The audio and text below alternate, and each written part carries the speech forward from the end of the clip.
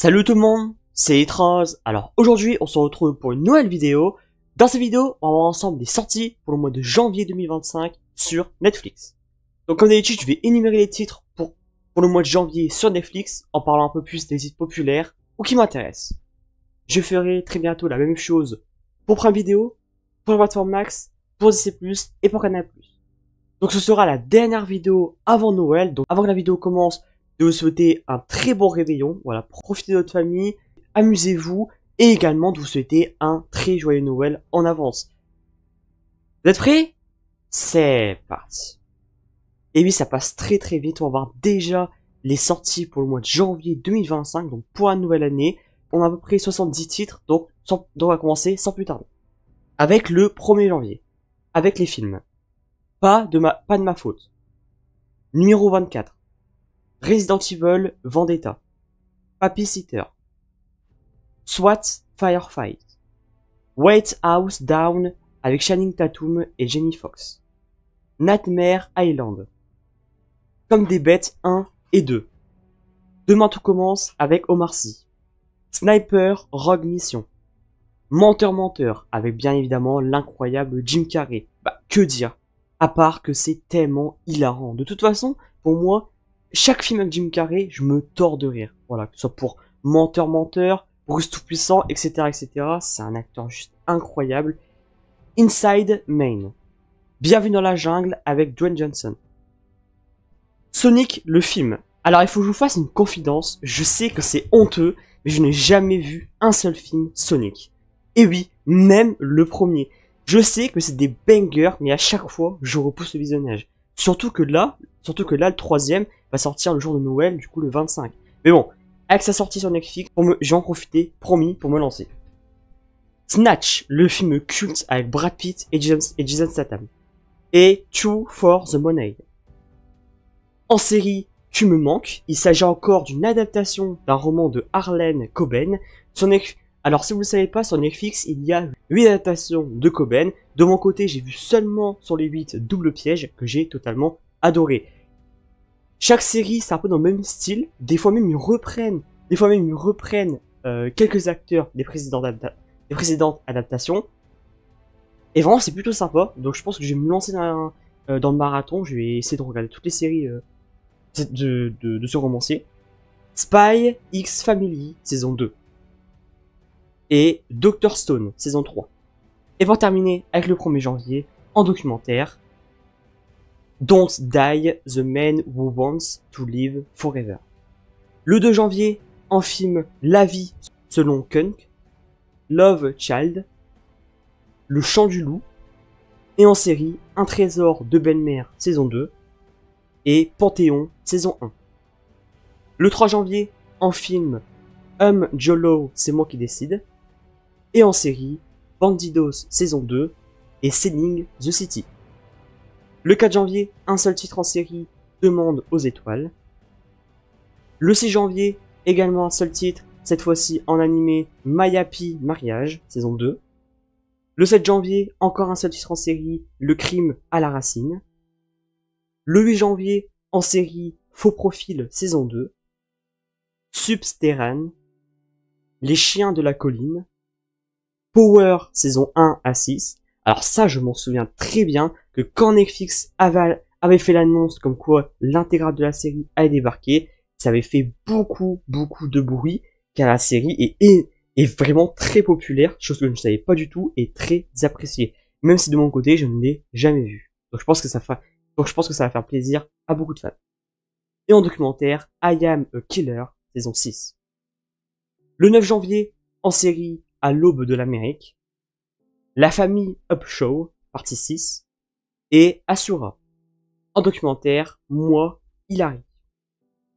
Le 10 janvier, en film Ad Vitam, et en série Machos Alpha, saison 3. Le 11 janvier, en film L'Exorciste Dévotion, en animé Sakamoto Day. On a la moitié du mois, avec le 15 janvier, un seul titre en série, Désordre public. On continue avec le 16 janvier en film, Rencontre avec Joe Blake, avec bien évidemment Brad Pitt et Anthony Hopkins. Ensuite, on a les deux Jurassic World, donc Jurassic World et Jurassic World Fallen Kingdom. Le temps d'un week-end. Et pour finir, avec le 16 janvier en film, on a la trilogie Retour vers le futur. Alors ça, que dire? Je considère que Retour vers le futur comme l'une des œuvres les plus importantes de la pop culture.